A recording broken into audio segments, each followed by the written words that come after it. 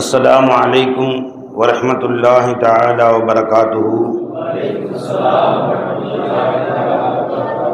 إن الحمد لله نحمده ونستعينه ونستغفره ونؤمن به ونتوكل عليه ونعوذ بالله من شرور أنفسنا ومن سيئات أعمالنا من يهده الله فلا مضل له ومن يضلل فلا هادي له ونشهد أن لا إله إلا الله وحده لا شريك له ونشهد أن محمدا عبده ورسوله أما بعد فقد قال الله تعالى في شأن حبيبه مخبرا وآمرا تعظيما وتكريما إن الله وملائكته يصلون على النبي يا أيها الذين آمنوا صلوا عليه وسلموا تسليما اللهم صل على سيدنا محمد وعلى آل سيدنا محمد وبارك وسلم عليه.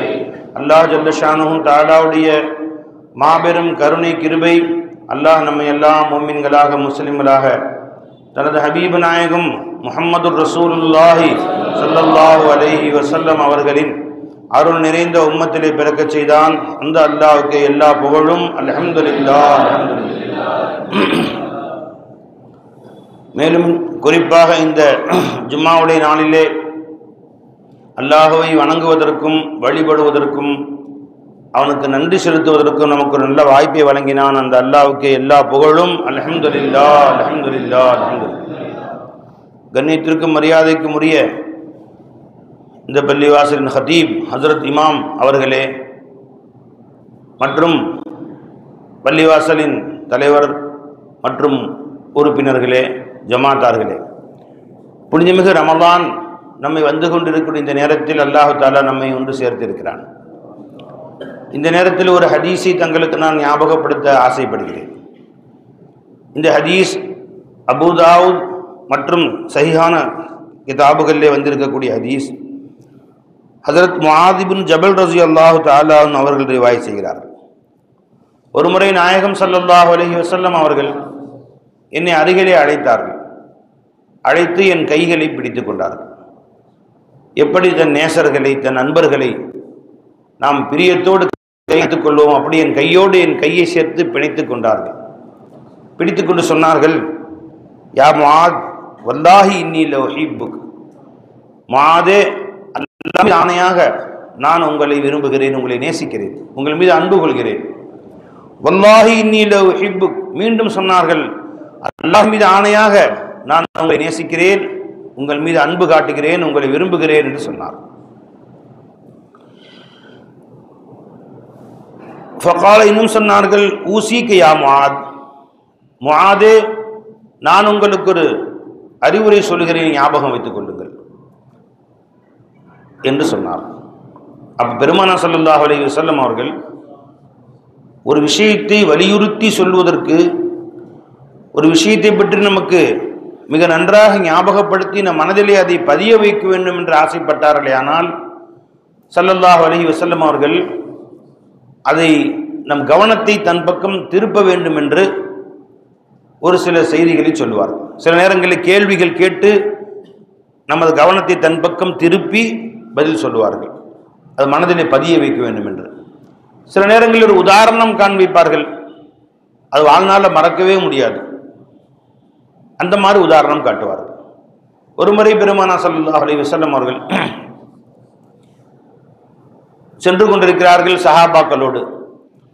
ஒரு மரம், அந்த மரத்துடைய கிளை கீழாக வந்திருக்கு. அந்த கிளையை கையில் பிடிச்சி குலுக்குறாங்க. இலைகள் அப்படியே காய்ந்து போன இலைகள்லாம் பொல பொலன்னு கீழே கொட்டுது. பெருமானார் சொன்னாங்க ஸல்லல்லாஹு அலைஹி வஸல்லம், இந்த இலை கொட்டுது பார்த்தீங்களா அப்படின்னு. ஆமாம் யா ரசூலுல்லாஹ், இப்படித்தான் நீங்கள் ஐவேளை தொழுகையை முறைப்படி தொழுவீர்களானால் நம்முடைய பாவங்கள் நம் உடலை விட்டும் நம்மை விட்டும் கொட்டி போய்விடும் என்று சொன்னார். ஒரு முறை சென்றார்கள். ஒரு இறந்து போன ஒரு ஆடு குப்பையில் வீசப்பட்டு குடலெல்லாம் வெளியே வந்து அது நாற்றம் அடித்து கிடந்தது. அந்த வழியே சென்ற பொழுது சஹாபாக்களிடம் பார்த்து கேட்டார்கள், இந்த ஆட்டை உங்களில் யாரும் காசு கொடுத்து வாங்குவீங்களா அப்படின்னு. அல்லாஹ், இது வீணா போனது எதுக்குமே உதவாது, இதை போய் யார் காசு கொடுத்து வாங்குவா?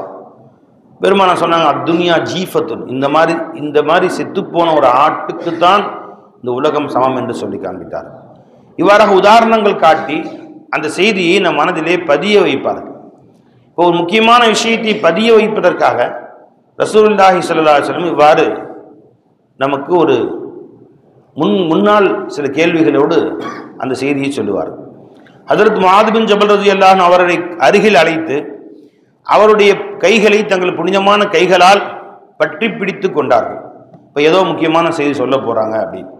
ரெண்டாவது, நிச்சயமாக நான் உங்களை அல்லாஹ்வுக்காக விரும்புகிறேன், நிச்சயமாக உங்களை விரும்புகிறேன் என்றும் சொன்னாங்க. கேட்டால் எவ்வளோ சந்தோஷமா இருக்கும். நாம ரசூலுல்லாஹ் விரும்புகிறோம், ரசூல் ஸல்லல்லாஹு அலைஹி வஸல்லம் நம்மளை விரும்புகிறாங்க. இப்போ நாம விரும்புறது ஒரு பக்கம், எத்தனை கோடி கொடுத்தாலும் கிடைக்குமா? பெருமானார் ஸல்லல்லாஹு அலைஹி வஸல்லம் அவர்கள் நம்மை நேசிக்கிறார்கள், நம்மை விரும்புகிறார்கள் அப்படின்னு சொன்னால் எவ்வளோ பெரிய ஆனந்தம் வரும், எவ்வளோ சந்தோஷம் வரும், எவ்வளோ மகிழ்ச்சி வரும். அன்பர்களே, ரசூல் ஸல்லல்லாஹு அலைஹி வஸல்லம் பழக்கம், நீ யாரையும் விரும்பினால், நீ யாரையும் நேசித்தால், அல்லாஹ்வுக்காக அவர்கள் மீது அன்பு கொள்வதாக இருந்தால் நீங்கள் அவரிடத்திலே சென்று நீங்கள் சொல்லிவிடுங்கள், நான் உங்களை அல்லாஹ்வுக்காக நான் உன்னை நேசிக்கிறேன் என்று நீங்கள் சொல்லுங்கள் என்றையும் நாம் கற்றுக் கொடுத்திருக்கிறார் ஸல்லல்லாஹு அலைஹி வஸல்லம். ஒரு மனிதர் வந்தார் பெருமானாரிடத்தில், யார சொல்ல இந்த மனிதருடைய செயல்கள் ரொம்ப பிடிச்சிருக்கு, ரொம்ப தர்மம் செய்கிறார், ரொம்ப தொழுகிறார், நல் வணக்கங்கள் செய்கிறார், அவர் மேல் எனக்கு ரொம்ப பிரியமாக இருக்குது. அல்லாஹ்வுக்காக மனிதர்கள் நேசிப்பது பல வகை இருக்கு. உறவுகள் என்பதற்காக நேசிக்கிறோம், அண்ணன் தம்பி, தந்தை மகன், கணவன் மனைவி, இது உறவுக்காக நேசிக்கிறது. காசு பணத்துக்காக நேசிக்கிறது, அவர் பெரிய வசதி நமக்கு உதவுவார், அது வேற. முதலாளி அவரை நேசிக்கணும், நல்ல வேலை கொடுப்பார், நல்ல சம்பளம் கொடுப்பார், அதெல்லாம் இல்லை. எந்த உறவும் இல்லை, எந்த விதமான சம்பந்தமும் இல்லை. ஆனால் ஒருவருடைய செயல் நல்லதா இருக்கு, அவரை பார்த்தா நம்ம கல்வியில் ஒரு ஆசை வருது, ரொம்ப பிரியமா இருக்கு. இது ரொம்ப அல்லாஹ்வுக்கும் ரசூலுக்கும் ரொம்ப பிரியமானது. ரொம்ப இப்போ என்ன செய்யணுமா, அவர்கிட்ட போய் நான் உங்களை ரொம்ப நேசிக்கிறேன், அல்ஹம்துலில்லாஹ், உங்களுடைய செயல் ரொம்ப பிடிச்சிருக்கு, ரொம்ப நேசிக்கிறேன் அப்படின்னு சொல்லணுமா. சொல்லி அந்த முகப்பத்தை உறுதிப்படுத்தி கொள்ள வேண்டும். பெருமாள் சொன்னாங்க, நீ அவரை நேசிப்பதை அவரிடத்துல அறிவிப்பு செய்தாயா? இல்லை அப்படின்னு. உடனே போய் அறிவிப்பு செய், நான் இந்த மனிதரை, நான் உங்களை அல்லாஹ்வுக்காக நேசிக்கிறேன் என்று சொல் என்று சொன்னார். சொன்னது மட்டுமல்ல, பெருமானாரும் நமக்கு செஞ்சு காமிச்சாங்க. பாருங்க என்ன சொன்னாங்க, முஆத் ரலியல்லாஹு அன்ஹு கையை பிடிச்சு சொல்லி காமிச்சாங்க, நான் உங்களை அல்லாஹ்வுக்காக நேசிக்கிறேன், நான் உங்களை அல்லாஹ்வுக்காக நேசிக்கிறேன் என்று சொல்லி காண்பித்தார்கள் ஸல்லல்லாஹு அலைஹி வஸல்லம். அவ்வாறு சொல்லணும். ரசூலுல்லாஹ் செஞ்சும் காட்டியிருக்கிறாங்க, நமக்கு சொல்லியும் காட்டியிருக்காங்க.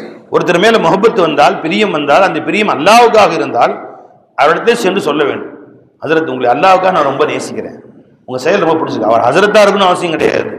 உங்களுடைய கடையில் வேலை செய்யும் பையனா கூட இருக்கலாம், உங்கள் பக்கத்து வீட்டு பையனா இருக்கலாம். தம்பி, உன் செயல் ரொம்ப பிடிச்சிருக்கு எனக்கு, நீ நேற்று அந்த ஏழை மனிதருக்கு உதவி செஞ்சாய் பார்த்தீங்க, ரொம்ப ரொம்ப எனக்கு பிரியமா இருந்துச்சு.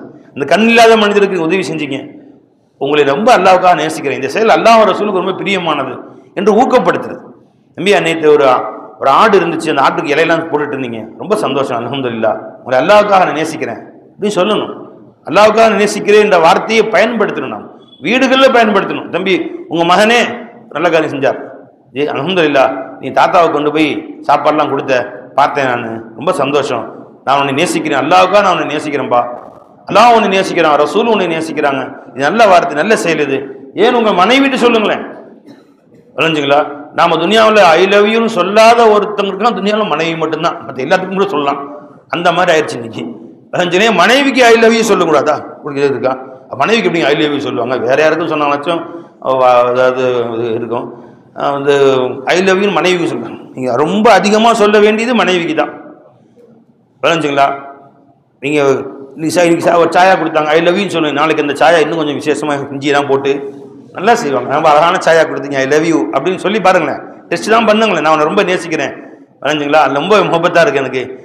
இட்லி சுட்டி கொடுத்தாங்க, பலாவதியாக இருந்துச்சு, பரவாயில்ல, என்ன சொன்னோம், இட்லி ரொம்ப டேஸ்ட்டாக இருக்கு, எப்படி செஞ்ச நீ, உன் கைப்பட்டாவே இட்லி டேஸ்ட் தான், மாஷா அல்லா, சட்னி அது வேற லெவல் அப்படின்னு சொல்லி, ஐ லவ் யூ, நான் ரொம்ப நேசிக்கிறேன், ரொம்ப முகப்பத்தாக இருக்கு அப்படின்னு சொல்லி பாருங்களேன், நாளைக்கு சட்னி சாம்பார் 2-3 டேஸ்ட் எக்ஸ்ட்ரா வரும். இட்லி தோசையாக மாறிடும். அப்படியே என் கணவர் வந்து சாதாரண அன்னைக்கு அந்த வந்து அரைவேக்காடு இட்லிக்கு அந்த புகழ்ந்தாரு, அல்ஹம்துலில்லாஹ், மாஷா அல்லா, இன்னைக்கு நான் வந்து அவங்களுக்கு வெங்காய தோசை விட்டு கொடுப்போம், அப்படின்னு சொல்லி கொஞ்சம் விசேஷமாக மாறும். செஞ்சு பாருங்க டெய்லி.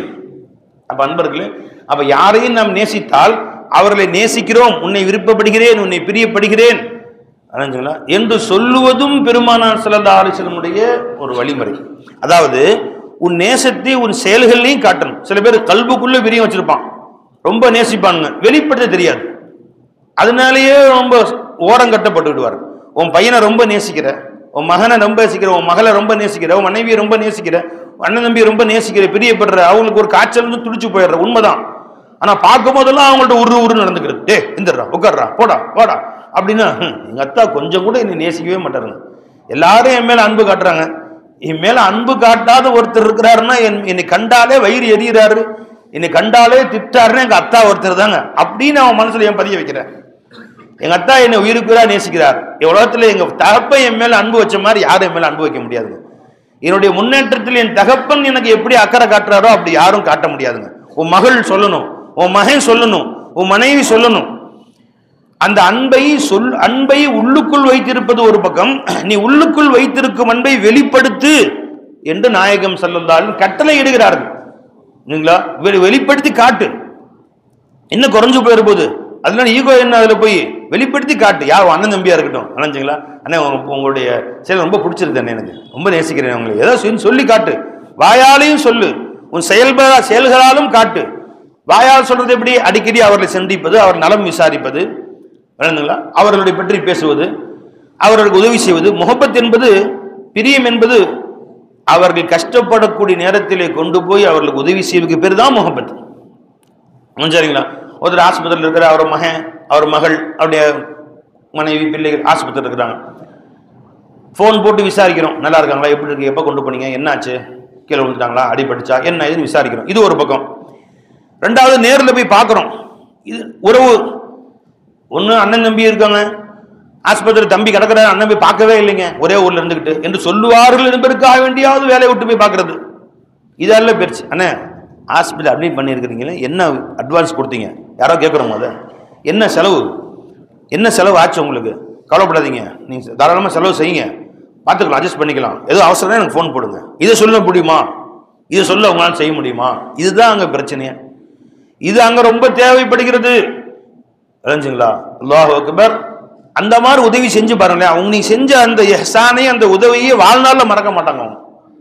இந்த வாரத்தில் நடந்த 2 செய்தியை சொல்கிறேன், ஒரு உதாரணத்துக்காக நான் சொல்லி காட்டுறேன். ஒரு ஹாஸ்பிட்டல் அட்மிட் பண்ணிட்டாங்க. என்னப்பா செய்தின்னு கேட்டேன். 2 பாட்டில் பிளட்டு தேவையாம். நாங்கள் பிளட்டு கேட்டு கொண்டு வந்தால் ஆப்ரேஷன் பண்ணுவோன்னு சொல்லிட்டாங்க. நான் தேடி அலையிறேன், கிடைக்கல. நானும் என் மச்சனும் போய் பிளட்டு கொடுக்க போயிருந்தோம். 2 பேரும் டெஸ்ட் பண்ணி, நீங்களே கபரில் அடங்காத மையத்து மாதிரி இருக்கிறீங்க, உங்களே கொண்டு போய் பிளட் எடுத்து எடுத்துக்காம நல்லா வாட்ட சாட்டமாக கொண்டு வாங்கன்னு சொல்லிட்டாங்க. அவங்க எங்கே போய் தேடுறதுன்னு நிற்கிறாங்க. சரி கவலைப்படாது இனிங்க அப்படின்னு சொல்லி நமக்கு தெரிந்த ஒரு சில பேர்கிட்ட ஃபோன் போட்டு அல்லாஹ்வுடைய ஃபஸலை கொண்டு முந்தானத்துக்கு கொண்டு போய் 2 பாட்டில் பிளட்டு கோயம்புத்தூரில் கொண்டு போய் அந்த நேரம் ஆஸ்பத்திரிக்கே போய் 2 பேர் பிளட்டு கொடுத்துட்டாங்க. அல்ஹம்துலில்லாஹ். இப்போ நான் ஒன்றுமே செய்யலை. இப்போ நான் காசு செலவு பண்ணதில்லை, அந்த செலவும் பண்ணல. அவர்கள் வழி தெரியாமல் விழித்துக் கொண்டு இருக்கிறார்கள். எனக்கு தெரிந்த 2 பேருக்கு ஃபோன் போட்டு சொன்னேன்.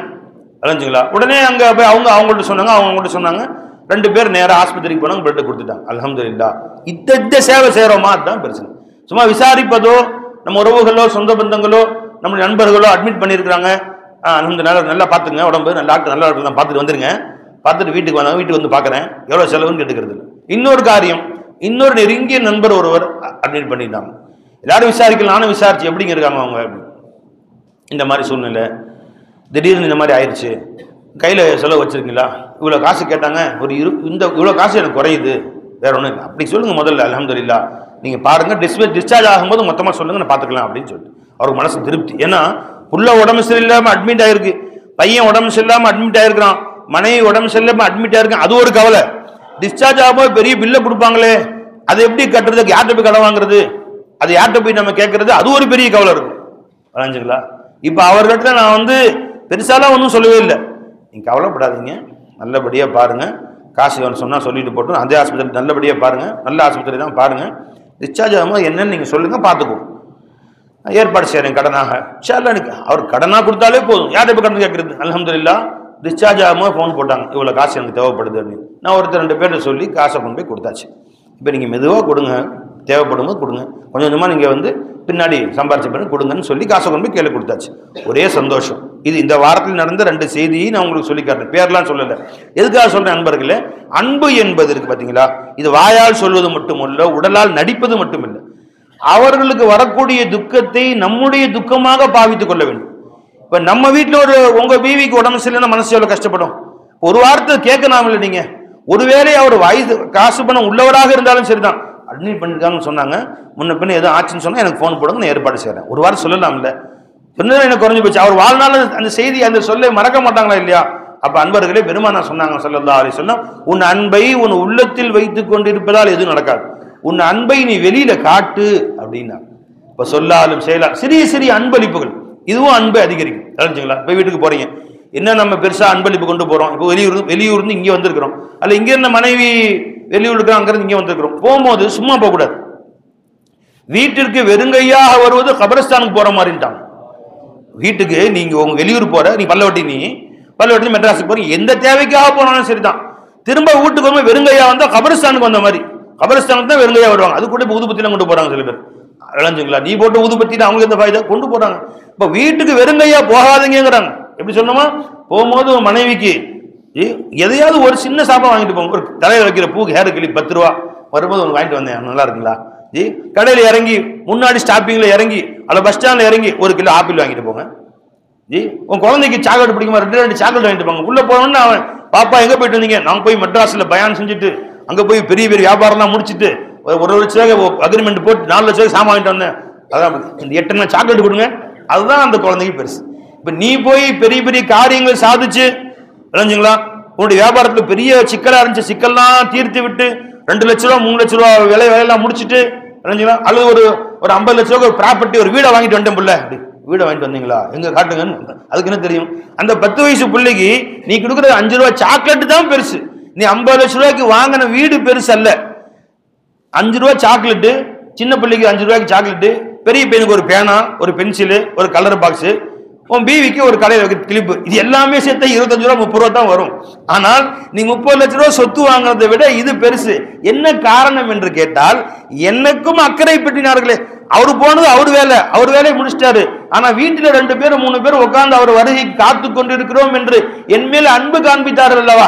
என்னை சின்ன பிள்ளை ஞாபகம் வச்சிருக்கிறாரு, பெரிய பிள்ளை ஞாபகம் வச்சிருக்கிறாரு, மனைவி ஞாபகம் வச்சிருக்கிறாரு, எனக்கான ஒரு சாமான் வாங்கிட்டு வந்தாரா இல்லையா என்று பிரியமானது என்று அவர்கள் தன் மேல் வாப்பா அக்கறையா இருக்கிறாங்க, என் அம்மா என் மேல அக்கறையா இருக்கிறாங்க, என் கணவர் என் மேல அக்கறையா இருக்கிறாங்க என்ற பிரியத்தை அவர் உள்ளத்திலே ஊண்டுகிறது. பெருமானா சொன்னாங்க, தஹாது தஹாபு, நீங்க ஒருவருக்கொரு அன்பளிப்பு செய்து கொள்ளுங்கள், அது உங்கள் கல்வியில் உண்டான முகப்பத்தை அதிகரிக்கும் என்று சொன்னார். கல்வியில் உண்டான ஷஹனான்னு சொன்னா மனசு வருத்தங்கள் நீக்கிடும், வருத்தங்கள்லாம் மாறிடும். ஒருத்தருக்கு ஒரு அன்பளிப்பு செய்து கொள்ளுங்கள், சின்ன சின்ன அன்பளிப்புகள் செய்து கொள்ளுங்கள். ஒருத்தர் சொன்னார், எங்க ஹெட்மாஸ்டர் ஒருத்தர் இருக்கிற வாத்தியார வேலை செய்யறாரு, அவர் எப்ப பார்த்தாலும் என்னை தான் கண்ணு திட்டுறாரு. ஏதோ ஒரு பிரச்சனை, நான் செஞ்ச அதே தப்ப ரெக்கார்ட் நோட் எழுதி வைத்திருக்க மாட்டோம், 30 பேர் வாத்தியார் இருக்கிறோம், ஆனா நான் வச்சிருக்காட்டி அன்னைக்கு தான் என்னை கண்ணா அப்படின்னு திட்டுறாரு. மற்றவர்கள் செய்தால் அதை ஏன் எழுதல, நாளைக்கு எழுதி கொண்டுரு அப்படின்னு சாதாரணமா சொல்கிறார். நான் அந்த வேலையை செய்யாவிட்டால் என்னை அவ்வளவு கடிந்து கொள்கிறார், எப்ப பார்த்தாலும் என்னையே கண்ணு வச்சு திட்டுறாரு அப்படின்னாரு. ஒன்னும் செய்வேனா, எனக்கு பர்த்டே சார் ஒரு அப்படின்னு சொல்லி ஒரு கேக் டப்பா கொண்டு கொடுத்துரு ஒரு நாள், தெரிஞ்சுங்களா, ஒரு மாசம் 2 மாசம் ஆகணும். என் பையனுக்கு பர்த்டே சார் ஒரு சேர் மிட்டாய், நம்ம ஜின்னா கடை சேர் மிட்டாய் ஒன்று கொண்டு போய் ஒரு டப்பா கொடுத்துரு, இப்படி ஒரு 4 தடவை கொடுத்து பாரு. அப்புறம் உன்னை கண்டாலே சலா சொல்லுவாரு, உன் கண்டாலே வழிவாரு. ஏன்? இது மனிதனுடைய இயற்கை. அது நீ கொடுத்தது என்னமோ 50 ரூபா சாமான் தான், ஆனால் அந்த 50 ரூபா சாமானமா இருந்தாலும் அது அவர்களுக்கு கொண்டு கொடுக்கும்போது என் மேல் அக்கறை கொண்டார்களே, அப்ப என்னையும் ஒரு மனுஷனா மதிக்கிறானே, என்னையும் அவன் ஒரு பொருட்டா மதிக்கிறானே, அப்ப என் மேல அவன் அன்பு வச்சிருக்கிறான் என்று அவருடைய அந்த போங்கையே மாத்திரும். நண்பர்களே, இது விளையாட்டுக்காக சொல்ல, இது ஒரு நடிப்புக்காக வேண்டி கொடுக்க சொல்ல பெருமானார் சொன்னாங்க ஸல்லல்லாஹு அலைஹி வஸல்லம், தஹாது, நீங்க சின்ன சின்ன அன்பளிப்புகளை கொடுத்து பாருங்க, தஹாது தஹாபு, உங்களுக்கு மத்தியில் ஒருத்தருக்கு ஒருத்தர் தானா அன்பு வந்துடும். நீ யாரை நீ வேண்டுமானாலும் அண்ணனோ தம்பியோ குடும்பத்துல செச்சாவோ பெரியத்தாவோ சின்னமாவோ பெரியமாவோ காலாபடியமா யாரா இருந்தாலும் சரி, குப்பிமாவோ யாரா இருந்தாலும் சரி, நீங்க போய் அவங்க யாரு உங்கள் மேல வருத்தமா இருக்கான்னு டெஸ்ட் பண்ணுங்க. அற்ப சாமான்களை கொண்டு போய் கொடுங்க, சாதாரண சாமான், நீங்க லட்சக்கணக்கில் கொண்டு போய் ஆயிரக்கணக்கில் கொண்டு போய் கொடுங்க அவசியம் இல்லை. ஒரு 150 ரூபா சேலை, பெரியம்மா இது கடைக்கு போயிருந்தேன்னா ஞாபகம் வந்துச்சு உங்களுக்காண்டி வாங்கிட்டு வந்து கொடுத்தேன், அப்படியா அல்ஹம்துலில்லாஹ் கொண்டாங்கம்மா அப்படின்னு 150 ரூபா தான் இருக்கும். அது பெரிய விஷயம்லாம் இருக்காது. கொடுத்து பாருங்களேன். இந்த மாதிரி சிறிய சிறிய சிறிய செயல்கள் பெரிய பெரிய வேலைகளை செய்வீங்க. அவங்க நம்ம மேல ஒரு அன்பு கொள்வதற்கும் பாசம் கொள்வதற்கும் வழிவகும். ரஞ்சாலி செவமா இன்ஷா அல்லாஹ் தஆலா. அப்ப ரசூலுல்லாஹி ஸல்லல்லாஹு அலைஹி வஸல்லம் அவர்கள் அருமை ஹஜரத் முஆத் பின் ஜபல் ரலியல்லாஹு அன்ஹு கையை பற்றி பிடித்துக் கொண்டு, நான் உன்னை நேசிக்கிறேன். அவங்களை விட அவங்க வயசுல சின்னவங்க. முஆத் ரலியல்லாஹு சின்ன வயசு தான். புரிஞ்சுங்களா? ரசூல் ஸல்லல்லாஹு அலைஹி வஸல்லம் வஃபாத் ஆகும்போது அவங்களுக்கு 20 வயது, அவ்வளவுதான். 20-25 வயசு, சின்ன வயசு தான். அப்ப அவங்க எத்தனை வயசு இருந்திருப்பாங்க? அவங்களை கையை பிடித்துக் கொண்டு, தன்னை விட 50 வயசு டிஃபரெண்ட் இருக்கு. அவங்க கையை பிடிச்சிக்கிட்டு அன்பா சொல்றாங்க, மாது நான் ரொம்ப நேசிக்கிறேன் உன்னைய. ஏன்னா அவங்க சுறுசுறுப்பு. மாதிரி எதா இருந்தாலும் ஆணித்தரமா பார்ப்பாங்க, சந்தேகங்கள் கேட்பாங்க, ஞாபகம் வச்சுக்குவாங்க. ஃபிக்ஹ்ல ரொம்ப கெட்டிக்காரங்க. அறிஞ்சுங்களா? ரசூல் ஸல்லல்லாஹு அலைஹி வஸல்லம் அவர்கள் காலத்துக்கு பின்பு சுமாராக ஒரு 7-8 வருஷத்துல அல்லாஹ்ட போயிட்டாங்க. முஆத் பின் ஜபல் ரலியல்லாஹு அன்ஹு சின்ன வயசுலயே போயிட்டாங்க. வஃபாத் ஆகும்போதே வயசு 33-34 தான். ஆனால் அவள் அறிவிச்ச அறிவிப்புகள் ஏராளமானது. ஃபகீஹுல் சஹாபாக்கள் மிகப்பெரிய ஃபிக்ஹ் ஞானம் உடையவர்கள் அவங்க ஒருத்தவங்க. அதனால அவர்களை பெருமாள் நேசிக்கிறாங்க. ரொம்ப அறிவுள்ளவராக இருக்கிறாங்க, ரொம்ப மார்க்க பற்றுள்ளா இருக்கிறாங்க, மார்க்கத்தை கற்றுக்கொள்வதில் ஆர்வம் உள்ளவராக இருக்கிறாங்க என்று பெருமானார் ஸல்லல்லாஹு அலைஹி வஸல்லம் அவர்கள் முஆத் ரலியல்லாஹு சொல்றாங்க, முஆதே ஒரு செய்தி சொல்றேன்பா, அதனால கட்டாயமா ஞாபகம் வச்சுக்கப்பா, ஜி மறக்கவே மறக்காதப்பா என்று கையை பிடித்து பெருமானார் ஸல்லல்லாஹு அலைஹி வஸல்லம் அவர்கள் சொல்லி காண்பித்தார்கள். ஊசீக யா முஆத், முஆதே உங்களுக்கு நான் அறிவுரை கூறுகிறேன். லா ததஅன்ன ஃபீ துபுரி குல்லி ஸலாத்தின், ஒவ்வொரு தொழுகை தொழுத பின்பு சலாம் கொடுத்த உடனே இந்த ஒரே வரி, இந்த துஆவை ஓதாமல் இருந்தே விடாதே. இந்த துஆவை கொண்டு அல்லாஹ் இடத்துல நீ கேட்காமல் இருக்கவே இருக்காது, ஒரு காலம் இருக்காது. என்ன? அல்லாஹும்ம ஐன்னி அலா திக்ரிக வ ஷுக்ரிக வ ஹுஸ்னி இபாதத்திக். 3 வார்த்தை தான். இந்த வார்த்தைகளுடைய விளக்கம் என்ன? இந்த வார்த்தைகள் எவ்வளவு பெரிய அர்த்தம் உள்ளது, இந்த வார்த்தைகளால் கிடைக்கக்கூடிய பாக்கியங்கள் என்ன? சில விஷயங்கள் பார்க்க சின்னதா இருக்கும், அதனுடைய பலன்கள் ரொம்ப ரொம்ப ரொம்ப உயர்வா இருக்கும். அப்ப ரசூல் ஸல்லல்லாஹு அலைஹி வஸல்லம் எதற்காக இந்த 3ஐ சொன்னார்கள் என்று சொல்ல வேண்டும் என்றால் அதற்கு மணிக்கணக்கில் பயான் செய்யும். அவ்வளவு விஷயங்களை உள்ளடக்கியது. 3 வார்த்தைகள் சொல்லுங்க. அல்லாஹும்ம ஐன்னி அலா திக்ரிக வ ஷுக்ரிக வ ஹுஸ்னி இபாதத்திக. அல்லாஹும்ம ஐன்னி அலா திக்ரிக வ ஷுக்ரிக வ ஹுஸ்னி இபாதத்திக. அல்லாஹும்ம எங்கள் ரப்பே, என்னுடைய ரப்பே, ஐன்னி எனக்கு நீ உதவி செய்வாயாக, அலா திக்ரிக உன்னை திக்ரு செய்வதற்கு எனக்கு நீ உதவி செய்வாயாக, வ ஷுக்ரிக உனக்கு நன்றி செலுத்தவும் எனக்கு நீ உதவி செய்வாயாக, வ ஹுஸ்னி இபாதத்திக உனக்கு அழகிய முறையில் இபாதத்து செய்வதற்கும் எனக்கு நீ உதவி செய்வாயாக. பாத்தீங்களா? அல்லாஹ் நம்முடைய குர்ஆன்ல உத்தரவு போடுறான். என்ன உத்தரவு போடுறான்? ஃபத்குரூனி அதுகுருக்கும் வஷ்குரூலி வலா தக்ஃபுரூன். 3 உத்தரவு இதுல இருக்கு. ஃபத்குரூனி ஒன்னு, வஷ்குரூலி ஒன்னு, வலா தக்ஃபுரூனி ஒன்னு. 3 உத்தரவு அல்லாஹ் போடுறான் குர்ஆன்ல உத்தரவு. இந்த 3 உத்தரவுக்கும் பெருமானார் ஸல்லல்லாஹு அலைஹி வஸல்லம் இந்த 3 வார்த்தைகளை அல்லாஹ் சொன்னதற்கு பதிலாக சொல்லுகிறார். அல்லாஹ் சொல்றான், ஃபத்குரூனி என்னை ஞாபகம் செய்யுங்கள், என்னை ஞாபகம் செய்யுங்கள். ரசூலுல்லாஹி ஸல்லல்லாஹு அலைஹி வஸல்லம் சொன்னார்கள், பெருமானார் பதில் சொல்றாங்க, அல்லாஹும்ம ஐன்னி அலா திக்ரி, உன்னை ஞாபகம் செய்வதற்கு எனக்கு நீயே உதவி செய்வாயாக. நாம ஒருத்தர் செய்யினா அது அவங்க செய்கிறேன் என்பது பதிலாக இருக்கலாம். முதலாளி சொல்றாரு, தம்பி அந்த அந்த பீரோலாம் ஒழுங்கா அடுக்கி வச்சிரு, அடுக்கி வைத்து விடுகிறேன். இப்போ அவர் சொன்னார், அடுக்கிறேன், நீங்க உதவி செய்யுங்க, ஹெல்ப் பண்ணுங்க சார் சொல்லுவாரா? சொல்ல முடியுமா? ஜி இப்போ வீட்டை சொல்றீங்க, உங்களுடைய ஜுப்பாவை நான் என்னுடைய ஷர்ட்டை அயன் பண்ணி வைப்பாயாக. அயன் பண்றேன், நீங்க கொஞ்சம் உதவி செய்யுங்க, ஒரு பக்கம் நீங்க பண்ணுங்க, ஒரு பக்கம் நான் பண்றேன் சொல்லணும். ஒத்துக்குமா? ஒத்துக்கும். சாயா போட்டு கொடுங்க, போடுறேன், நீ பாத்திரம் கழுவி கொடு, ஒடுக்க மாட்டாங்க. ஆனா அல்லாஹ் பொறுத்த வரைக்கும் அல்லாஹ் என்ன உத்தரவு போடுகிறானோ நீயே உதவி செஞ்சிடலான்னு. ஏன்னா உன் உதவி இல்லாம நிச்சயமா செய்யவே முடியாது. அத முதலாளி உதவி இல்லாமல் அந்த வேலைக்காரன் அந்த செல்ஃப் அடுக்கி வச்சிடலாம், கணவருடைய உதவி இல்லாமல் டீ போட்டுடலாம், மனைவி சோறு ஆக்கிடலாம், சால்னா வச்சிடலாம், அயன் பண்ணிடலாம். அண்ணனுடைய உதவி இல்லாமல் தம்பி அந்த வேலையை பார்த்துடலாம், ஆசிரியர் உதவி இல்லாமல் அந்த வீட்டு பாடத்தை மாணவன் செய்து விடலாம். ஆனா அல்லாஹ்வின் உதவி இல்லாமல் யாரும் எதுவும் செய்யவே முடியாது. அதனால அல்லாஹ் நமக்கு ஒரு உத்தரவிட்டால் நாம் செய்யக்கூடிய பணிவு என்ன? அங்க பணிவன் இரப்பே நான் செய்ய முடியாது, நீ உதவி செய்யுன்னு சொல்றதுதான் பணிவு. மனிதர்களை பொறுத்த வரைக்கும் நீ உதவி செய்யும் சொன்னா அது பணிவுக்கு மாற்ற மாட்டது. முதலாளி சொல்றார், நம்பி இதெல்லாம் இந்த கடையை சுத்தமா கூட்டுற முதலாளி நீங்க கொஞ்சம் உதவி செய்யுங்க அப்படின்னா அது அதுவா, அது பேஅதப். ஆசிரியர் மாணவன் சொல்றார், தம்பி இந்த போர்டு அழிச்சிரு அப்படின்னு, அழிக்கிறேன் சார் நீ உதவி செய்யுங்க சார் சொன்னா அது பேஅதபி, மரியாதை குறைவு. ஆனா அல்லாஹ்வை பொறுத்த வரைக்கும் அல்லாஹ் ஒரு விஷயம் செஞ்சிடறேன் சொன்னா பேஅதபி. நீ தொழுகுன்னு அல்லாஹ் உத்தரவு, நான் தொழுகிறேன் அல்லாஹ்னா அது பேஅதபி. என்ன சொல்லணும், அகிமிஸ்ஸலா தொழுகை நிலைநாட்டுங்கள் அல்லாஹ் உத்தரவு போட்டான். அப்படியே சொல்லிட்டியா, இன்னும் தொழுகை நிலைநாட்டிடுறேன் அப்படி இல்லை. ரப்பி ஜஅல்னி முகீமஸ் ஸலாத்தி, அதையே அல்லாஹ்வே கற்றுக் கொடுக்குறான். ரப்பி ஜஅல்னி முகீமஸ் ஸலாத்தி, தொழுகை நிலைநாட்டக்கூடியவர்களை நீயே ஆக்கிற அல்லாஹ். அல்லாஹ்ங்க பேஅதபி, அல்லாஹ்ங்க அதபு. அல்லாஹ்வை பொறுத்த வரைக்கும் அல்லாஹ் என்ன உத்தரவு போடுறானோ அதுக்கு அல்லாஹ் நீ உதவி செய்ய, நீ உதவி இல்லாம செய்ய முடியுமா எஜமானே என்று சொல்வதற்கு பேர் தான் அதபு, அதுக்கு பேர் தான் மரியாதை. இப்ப அல்லாஹ் உத்தரவு போடுறான் குர்ஆன்ல, வலா தமூதுன்ன இல்லா வ அன்தும் முஸ்லிமூன், நீங்கள் யாரும் முஸ்லிமாகவே என்று மரணிக்க வேண்டாம். சொல்லிட்டே ரப்பே நான் முஸ்லிமா தான் சாவுவேன், முஸ்லிமா தான் மௌத்தா போவேன், சொல்லவே சொல்லாது.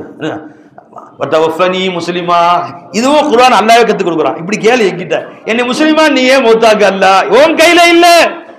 நீ முஸ்லிமா மௌத்தா போறதும் காஃபிரா மௌத்தா போறதும் கிறிஸ்டியனா மௌத்தா போறதும் யஹூதியா மௌத்தா போறதும் நஸ்ரானியா மௌத்தா போறதும் உன் கையில இல்ல. அல்லாஹ் உத்தரவு போட்டான், நீ முஸ்லிமா மௌத்தா போ அப்படி உத்தரவு போட்டான். சரி மௌத்தா போயிடுற அப்படி சொல்லிட்டேல, நீ பாரு முஸ்லிமா தான் மௌத்தா போவேன் யாராவது சொல்ல முடியுமா? அதுக்கும் குர்ஆன்ல துஆவை அல்லாஹ்வே கத்து கொடுக்குறான். உத்தரவு போட்டதும் குர்ஆன்ல அல்லாஹ் தான், இந்த துஆவை கத்து கொடுத்ததும் அல்லாஹ் தான். வலா தமூதுன்ன இல்லா வ அன்தும் முஸ்லிமூன், முஸ்லிமாகவே தவிர நீ மௌத்தா போக வேண்டாம் உத்தரவு போட்டதும் அல்லாஹ் தான். வதவஃபனி முஸ்லிமா, இறைவா முஸ்லிமாக என்னை நீ ஆக்கிற அல்லாஹ், முஸ்லிமா மௌத்தாக்கிற அல்லாஹ், என்னைய முஸ்லிமான நிலையில மௌத்தாக்க ரப்பே. வதவஃபனி மஅல் அப்ரார், நல்லடியாரோட மௌத்தாக்க அல்லாஹ். அதே ரப்ப உத்தரவு போடுறான், கூனு மஅஸ் சாதிகீன், நல்லடியாரோட போய் சேர்ந்து இரு உத்தரவு போட்ட. சொல்லிட்டேல இன்னைக்கே அதெல்லாம் இருக்க முடியாது ஒன்னால, அல்லாஹ் நாடாம நீ சேர்ந்து இருக்க முடியாது. நல்லடியாரோட சேர்ந்து இருக்கு, நல்லடியார்கள் யாருன்னு தெரியணும், அங்க போய் சேர்ந்து இருப்பதற்கு வாய்ப்பு கிடைக்கணும், நேரம் கிடைக்கணும் ஜி, அதுக்கெல்லாம் உனக்கு வாய்ப்பு வசதிகள் உண்டாகணும். நல்லடியாரோட நீயே என்னை சேர்த்து வச்சிரு அல்லாஹ். பாருங்க இந்த துஆவே அல்லாஹ் கத்து கொடுக்குறான். உத்தரவு போட்டதும் அல்லாஹ், துஆவை கத்து கொடுக்கறதும் அல்லாஹ். அப்ப அல்லாஹ்வை பொறுத்த வரைக்கும் ரப்பே என்னால முடியாது நீயே செஞ்சிரு அல்லாஹ்னு சொல்றதுக்கு பேர் தான் அதப். மனிதர்களை பொறுத்த வரைக்கும் உனக்கு ஒருத்தர் உத்தரவு போட்டாரு என்று சொன்னால் நான் செஞ்சிடறேன் அப்படிங்கிறது அதப். சரிங்க முதலாளி செஞ்சிடறேன் முதலாளி, நீங்களும் சேர்ந்து செய்யுங்கன்னு சொல்லக்கூடாது. அல்லாஹ்வை பொறுத்த வரைக்கும் நான் செய்ய முடியாது எஜமானே நீ உதவி செய்யலான்னு கேட்கறதுக்கு பேர் தான் அதப். இப்ப பாருங்க அல்லாஹ் சொல்றான், இன்னல்லாஹ மலாயிகத்து யுஸல்லூன அலன் நபி, அல்லாஹ்வும் அல்லாஹ்வுடைய மலக்குகளும் ஸலவாத் சொல்கிறார்கள். யா அய்யுஹல்லதீன ஆமனூ, ஈமான் கொண்டவர்களே, ஸல்லூ அலைஹி, நீங்கள் எல்லோரும் ஸலவாத் சொல்லுங்கள், வ ஸல்லிமூ, இன்னும் சலாம் சொல்லுங்கள் ரசூலுல்லாஹி ஸல்லல்லாஹு அலைஹி வஸல்லம் அவர்கள் மீது. சொல்லுங்க அல்லாஹும்ம சய்யிதுனா முஹம்மதின் வ அலா அலி சய்யிதுனா முஹம்மதின் வ பாரிக் வ ஸல்லிம். இப்போ இந்த ஆயத்துல அல்லாஹ் என்ன சொல்றான், நீங்கள் எல்லோரும் ரசூலுல்லாஹி மீது ஸலவாத் சொல்லுங்கள் உத்தரவு போட்டான். நாம என்ன சொல்றோம், நான் ரசூலுல்லாஹி மீது ஸலவாத் சொல்கிறேன் அப்படின்னு பதில் சொல்லணும். நாம திருப்பிக்கிட்டு அல்லாஹும்ம ஸல்லி அலா சய்யித், யா அல்லாஹ் நீ ஸலவாத் சொல்லு. நாம சொன்ன ஸலவாத்துக்கு என்ன அர்த்தம், அல்லாஹும்ம ஸல்லி அலா சய்யிதினா முஹம்மதின் வ அலா ஆலி சய்யிதினா முஹம்மதின் வ பாரிக் வ ஸல்லிம் அலைஹி, நீ ஸலாம் சொல்லு. இப்ப அல்லாஹ் சொல்றான் நீ ஸலவாத் சொல்லுன்னு, நாம திருப்பி அல்லாஹ்ட்ட யா அல்லாஹ் நீ ஸலவாத் சொல்லு. அல்லாஹ் சொல்றான் நீ சலாம் சொல்லு, வசல்லிமு தஸ்லீமா, ஏ ரசூலுல்லாஹி நீ சலாம் சொல்லு. அல்லாஹ் சொன்னான், நாம திருப்பிக்கிட்டு அல்லாஹ் இடத்துல யா அல்லாஹ் நீ சலாம் சொல்லு, வசல்லிமு வசல்லிம் அலைஹி, அர்த்தம் என்ன, நீ சலாம் சொல்லுவாயாக. இது என்னங்க இது, திருப்பி சொல்ற மாதிரி இருக்கு, திருப்பி சொல்ற மாதிரி இருக்கு. ஏப்பா அந்த வேலையை நீ செய், ஏன் அந்த வேலை நீ செய். முதல்ல சொல்ற மாணவர்கிட்ட விளைஞ்சுங்களா, தம்பி டீ வாங்கிட்டு வா, தம்பி டீ வாங்கிட்டு வா, இவரை தம்பி கடையில் பழம் வாங்கிட்டு வா, தம்பி நீ கடையில் பழம் வாங்கிட்டு வா. அப்படி பேதபா இல்லை, பேதபா இல்லையா இது. மனைவி சொல்றீங்க இந்த பாய போடு, நீ பாய போடு, விளைஞ்சுங்களா என்ன சவுண்டு. சரி, அப்ப அவங்க நாம ஒண்ணு சொன்னா திருப்பி நம்மள்டே சொன்னா அதுக்கு பேரு பேஅதபி துன்யாவில். அல்லாஹ்வை பொறுத்த வரைக்கும் அதான் அதபு. அப்ப அல்லாஹ் சொல்றாங்களே பார்த்து, நீ என் நபி மீ ஸலவாத் சொல்லுங்கள். நாம சொல்றோம் நீ யாரு, உன் நபி யாரு, உன் நபி தூ குஜாமன் குஜா, அவங்க யாரு நாம யாரு? து அமீரே ஹரம்மை ஃபகீரே அஜம். நீங்க ஒரு து ரஹ்மத்துல் ஆலமீன், நான் யாரு யார சொல்லு. நீங்க நடக்கிறதே சிதறத்துல் முன்தஹா, நான் இங்க தெருவில் நடக்கிற ஆள், நம்ம சாதாரண ஆளு. எஜமானே நீங்க யாரு நான் யாரு? உங்க மீது ஸலவாத் சொல்லக்கூடிய தகுதி எனக்கு எனக்கு இருக்கு. யா அல்லாஹ் எங்க உன் ஹபீபின் மீது ஸலவாத் சொல்லக்கூடிய தகுதி எனக்கு இல்லை. ஆகவே யா அல்லாஹ் ஓ ஹபீப் நாயகத்தின் நீயே ஸலவாத் சொல்லு ரப்பே. அல்லாஹும்ம ஸல்லி அலா சய்யிதினா முஹம்மத் வ அலா ஆலி சய்யிதினா முஹம்மதின் வ பாரிக் வ ஸல்லிம் வசல்லிமு. நீங்கள் சலாம் சொல்லுங்கள். எங்க நபியின் மீது சொன்ன உடனே நான் சலாம் சொல்றேன். அஸ்ஸலாமு அலைக்கும் யா ரசூலுல்லாஹ் கிடையாது. வசல்லிம் வபாரிக் வசல்லிம் அல். யா அல்லாஹ் நீயே சலாம் சொல்லிரு. உன் நபியின் மீது சலாம் சொல்ல. நாங்க யாரு? நாங்கள் யாரு? அவங்க அந்தஸ்து என்ன, நாங்க அந்தஸ்து என்ன? நாங்க பாவத்திலேயே மூழ்கியவர்கள். முஹம்மது ரசூல் ஸல்லல்லாஹு அலைஹி வஸல்லம் பாவிகளை விடுவிக்க வந்தவர்கள். அவங்க விடிவெள்ளி அவர்கள், பாவங்களை விடுவிக்கின்ற சூரியன் அவர்கள். நாங்கள் சேற்று கிடக்கக்கூடிய நாங்கள் சாதாரண மனிதர்கள். அவங்களோ புனிதர் அவர்கள், இருலோக சக்கரவர்த்தி அவர்கள். உனக்கு மாறு செய்வதே நாங்கள் வேலையாக செய்யக்கூடியவர்கள். இந்த மாறு செய்வதை விடுவிப்பதற்காக வந்த கருணையாளர் முஹம்மது ரசூலுல்லாஹி ஸல்லல்லாஹு அலைஹி வஸல்லம், இருலோக சக்கரவர்த்தி. நாங்கள் எப்படி போய் அவங்க போய் ஸலவாத் சொல்றது? அல்லாஹ் எனவே நீயே ஸலவாத் சொல்லி ரப்பே, நீயே சலாம் சொல்லி அல்லாஹ். அல்லாஹும்ம ஸல்லி அலா சய்யிதினா முஹம்மதின் வ அலா ஆலி சய்யிதினா முஹம்மதின் வ பாரிக் வ ஸல்லிம் அலை. திரும்ப சொல்றதுக்கு பேரு அதபு. அங்க அல்லாஹ் பொறுத்த வரைக்கும் ரப்பே நீயே செஞ்சிரு அல்லாஹ். இப்ப அல்லாஹ் உத்தரவு போடுறான் குர்ஆன்ல, ஃபதுகுரூனி என்னை ஞாபகம் செய்யுங்கள். இப்ப நான் சொல்லிட்டு ரப்பே இன்னிருந்து உன்னை ஞாபகம் செய்றேன் சொல்லக்கூடாது. என்ன சொன்ன? அல்லாஹும்ம இன்னி அலா திக்ரி, யா அல்லாஹ் உன்னை திக்ர் செய்யறதுக்கு நீயே உதவி செய்ய ரப்பே. வஷ்குரூலி எனக்கு நன்றி செலுத்துங்கள் உத்தரவு போட்ட அல்லாஹ் தஆலா. என்ன சொன்னாங்க பெருமானார்? ஐன்னி அலா திக்ரிக வ ஷுக்ரிக, உனக்கு நன்றி செலுத்துவதற்கும் நீயே உதவி செஞ்சிரு அல்லாஹ். வலா தக்ஃபுரூனி என்ன அர்த்தம்? கஃபரனா மறைத்தான் அர்த்தம். மறுத்தான் மறைத்தான். கஃபர வலா தக்ஃபு என்னை மறைக்காதீர்கள்னு அர்த்தம். என்ன அர்த்தம்? சதா சிருஷ்டிகள்ல நான் தான் காட்சியளிக்கிறேன், என்னை மறைக்காதே. என்னுடைய உஜூத் தான் காட்சியளிக்குது, நான் தான் முத்தஜல்லியா இருக்கிறேன், நான் தான் ஜாஹிரா இருக்கேன். என்னுடைய பேர்ல ஒரு பேர் ஜாஹிர் என்பது. ஹுவல் அவ்வலு வல் ஆஹிரு வல் ஜாஹிர், நான் தான் வெளிப்பட்டவன், என்னை மறைக்காதே, என்னையே பாரு, என்னை மறைக்காதே. பெருமானார் சொன்னாங்க, நீ அல்லாஹ்வை பார்த்து வணங்குவதற்கு பேர் தான் தொழுகை. அந்த அபுதல்லாஹ் கஅன்னக தரா ஃப இல்லம் தகுன் தராஹு ஃப இன்னஹு யராக். நீ அல்லாஹ்வை பார்க்கணும், அதுக்கு பேர் தான் தொழுகைன்றார். அப்ப எந்த தொழுகை இஹ்சானுடனே இருக்கிறதோ அந்த தொழுகை தான் மிகச் சிறந்த வணக்கம். அப்ப அல்லாஹ் வலா தக்ஃபுரூனி, உன் வணக்க வழிபாடுகளையும் எதிலையும் என்னை நீ மறைக்காதே, என்னை பாருன்னு சொன்னாங்க. பெருமானார் துஆ செய்றாங்க, வ ஹுஸ்னி இபாததிக, உனக்கு அழகிய முறையில் இபாதத் செய்வதற்கு எனக்கு தௌஃபீக் செய்வாயாக. அழகிய முறையில் இபாதத் என்ன? இஹ்சானுடனே அல்லாஹ்வை பார்த்து ரசித்து முராகபாவுடனே முஷாஹதாவுடனே இபாதத் செய்யறது. அதே அல்லாஹ் வலா தக்ஃபுரூனின்னு சொன்னா அல்லாஹ் ஜல்ல ஷானு தஆலா பெருமானார் ஸல்லல்லாஹு அலைஹி வஸல்லம் ஹுஸ்னி இபாதத்திக்குன்னு சொல்லி காமிச்சான். அப்ப அன்பர்களே, அல்லாஹ் தஆலாவை பொறுத்த வரைக்கும் அல்லாஹ் ஒரு உத்தரவு விட்டானேனா திரும்ப அல்லாஹ்ட்டே சொல்லுது. பாருங்க, ரமலான் வந்துருச்சு. ஒமன் ஷஹித மின்கும் ஷஹர ஃபல்யஸும், யாருக்கு ரமலான் மாதம் வந்து விட்டு நோன்பு வையுங்கள் சொல்லிட்டு இருப்பேன். நான் வச்சு காட்டுறேன், வச்சு காட்டுன்னு ஆசை தான் பட்டீங்க, திடீர்னு வயிற்று வலி டாக்டர் போனீங்க, இல்லைங்க ஃபுல்லாக அல்சர் முத்திருச்சு, ஒரு மாதத்துக்கு நோன்புலாம் வாங்கிக்கூடாது, என்ன செய்வீங்க? என்ன செய்ய முடியும்? எங்க அடிபட்டுருச்சு, ஆபரேஷன் தாங்க. அது உங்களுக்கு நல்லா இருக்கிறீங்க, வேற ஒருத்தருக்கு உங்க மனைவி மக்கள் அல்லா நம் அனைவரையும் காப்பாற்றுவோம். நாங்கள் ஏதாவது தடங்கள் வந்தால் என்ன செய்வீர்கள்? ஆனால் இப்ப இருந்து கேட்கணும், யா அல்லாஹ் புனித ரமலான் வருது, ஒரு நோன்பு கூட மிஸ் பண்ணாம நோன்புக்கு தௌஃபீக் செய்யலாம். யாருல ஒரு நோன்பு கூட நான் விட்டு விடாம நோன்பு வைக்கும், ஒரு தராவிய ஒரு ரக்காத்து கூட தக்பீர் தெரியுமா விடாம தொழுகு நல்லா நீ கருணை காட்டுற. இப்பே கேட்க சொல்லாட்ட அல்லாஹும்ம ஐன்னி அலா திக்ரிக வ ஷுக்ரிக வ ஹுஸ்னி இபாதத்திக், உன்னை திக்ர் செய்யவும் உன்னை ஷுக்ர் செய்யவும் உன் வணக்க வழிபாடுகளை நல்ல முறையில் செய்ய எனக்கு நீயே கருணை புரிஞ்சது அல்லாஹ். இப்பே கேட்க ஆரம்பிச்சிடும்.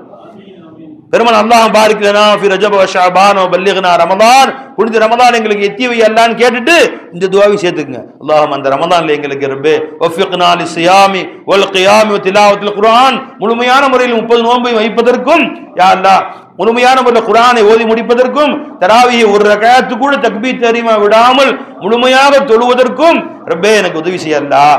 இப்பவே கேளுங்க, நல்லா இருக்கு. என்ன என்ன நடக்க வேண்டும் என்று ஆசைப்படுகிறீர்களோ அல்லாஹ் கேட்டுக்கிட்டே இருங்க, கேட்டுக்கிட்டே இருங்க, கேட்டுக்கிட்டே இருங்க. எல்லாம் கொடுத்துக்கிட்டே இருப்பான் அல்லாஹ் தஆலா.